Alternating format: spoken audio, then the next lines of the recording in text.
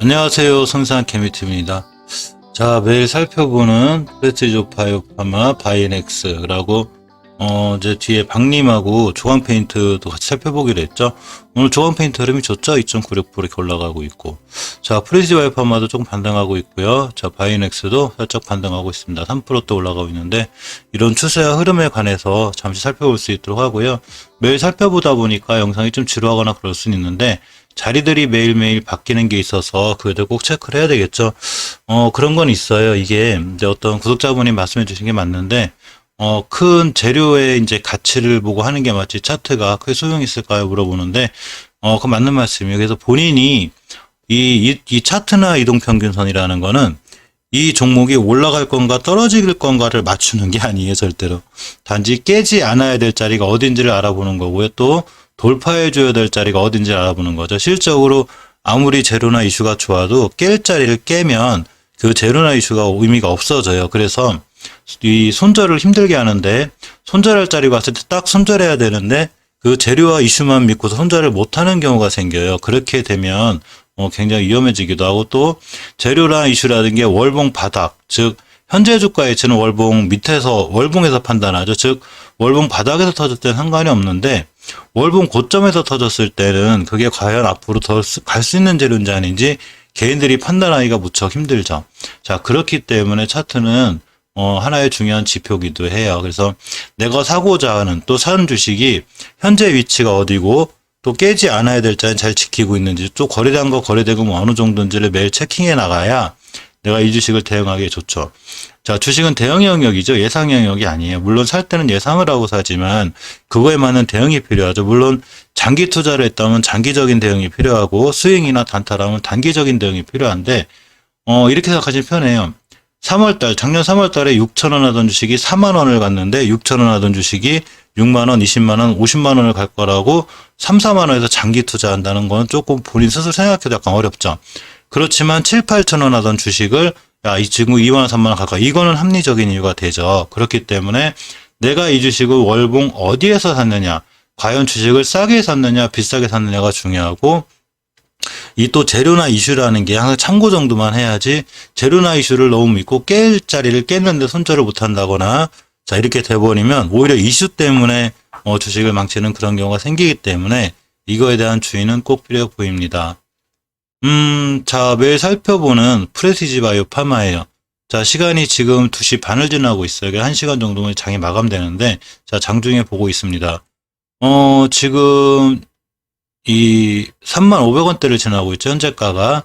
이 친구의 월봉 차트보다 하나 주봉 차트에 주의해야 되는데, 주봉에서 5주선을 이탈을 하게 되면 상당히 좀 머리 아파요. 이게 보통 주식이 추세를 잘 유지하기 위해서는 절대 5주선을 이탈하는 주식은 없어요.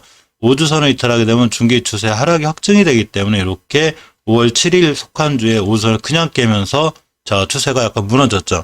확연히 보이죠. 이렇게 무너진 게. 자, 그렇기 때문에 추세가 무너지는 게 보이는데, 그러면 추세가 무너졌으면 주식이 그 다음에 지켜줘야 될 자리가 굉장히 중요하겠죠. 주식은 지켜줘야 될 자리를 반드시 잘 지켜줘야 돌아 나가는 거기 때문에, 요렇게 5주선이 이렇게 둥그스럽게 언덕처럼 생긴 부분이 있어요. 왜 이 자리가 중요하냐면, 이때를 기준으로 이 주식이 돌아 나갔죠. 그러니까 중요한 변곡점이 되는 거예요. 그래서 저번 주에도 꼬리가 여길 달한 거고, 이번 주도 오늘 1.16% 조금 올라갔고요. 하지만 올라가는 게 중요한 게 아니라, 주식은 깨지 않아야 될 자리를 깨지 않아야 돼요. 주식은 깨지 않아야 될 자리를 깨지 않으면 저절로 올라갑니다. 깰 자리를 깨기 때문에 문제가 되죠. 따라서 이 친구는 29,810원, 즉 간단하게 하면 3만원대, 앞에 호가창이 3만원대에서 2만원대로 바뀌지 않는 게 엄청 중요하다고 볼 수 있어요. 지금은 이제 바뀌지 않았으니까 다행이고요. 아직은. 자, 일봉에서 보시면 점점 회복해주고 있죠. 자, 그래서 오늘 5일선만 회복해주면 내일부터 조금 좋은 모습 보여줄 수 있어요.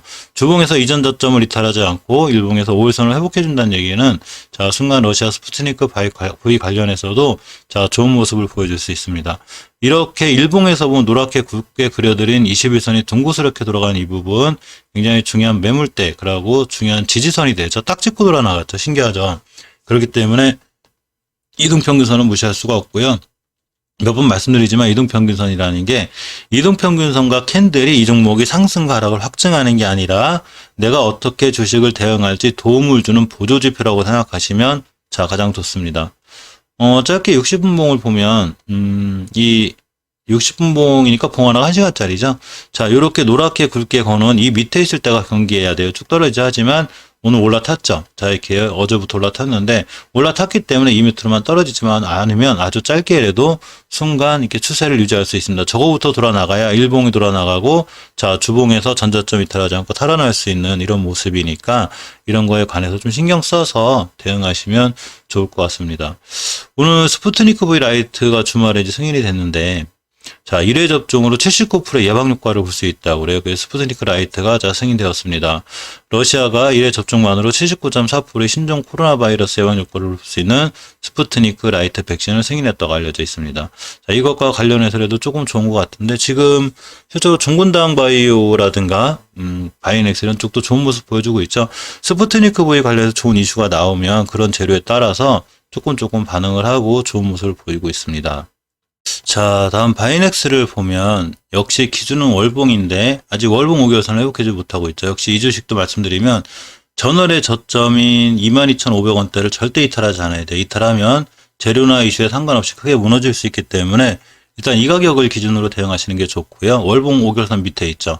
월봉 5개월선 밑에 있다는 얘기는 이 주식이 아직 추세를 완벽하게 다음 달에도 돌아나갈 거라는 모습을 안 보여주고 있고 역시 박스권이죠. 바이넥스는 엄청나게 오래 박스권에 갇혀있는 그런 주식이에요.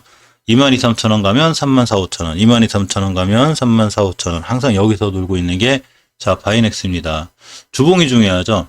항상 제가 그랬죠. 중기 추세, 일단 추세를 돌려놓기 전에 항상 주봉에 5주선을 이쁘게 회복해줘요. 그래서 5주선을 이쁘게 회복을 해주고 잘 돌아나가지면 이렇게 좋은 모습을 보여주는데, 역시나, 이때 4월 1일 날 5선 회복해줬다가 정고점 맞고 5선 깨고, 물론 장기적으로 길게 들고 가신 분들이야 모르겠지만 아까 말씀드렸듯이 장기 투자라는 건 월봉에서 바닥권 이런 데서 오래 들고 있어서 세네 배를 먹는 거지 여기서 세네 배까지 갈 수도 있어요. 저는 그런 거 모르니까. 하지만 월봉 고점의 장기 투자는 부담이 있는 게 사실입니다. 이 친구 말고도 월봉 바닥에 있는 게 좋은 게 많은데 굳이 이 친구한테 목숨 걸 필요는 없죠. 자, 어쨌건 추세를 확인해 보면 저번 주에 5선을 이탈함으로써 약간 위험해졌지만 일단 10주선과 5선 사이에 있기 때문에 이거 양봉으로 잘 끝나줘야 돼요. 그래서 절대 전주, 저번 주에 저점이 24,300원인데 이 자리를 이탈하지 않아야 되겠죠. 24,300원대를 이탈하게 되면 굉장히 위험해지고 추세가 깨지기 때문에 그에 맞는 대응이 필요해 보입니다.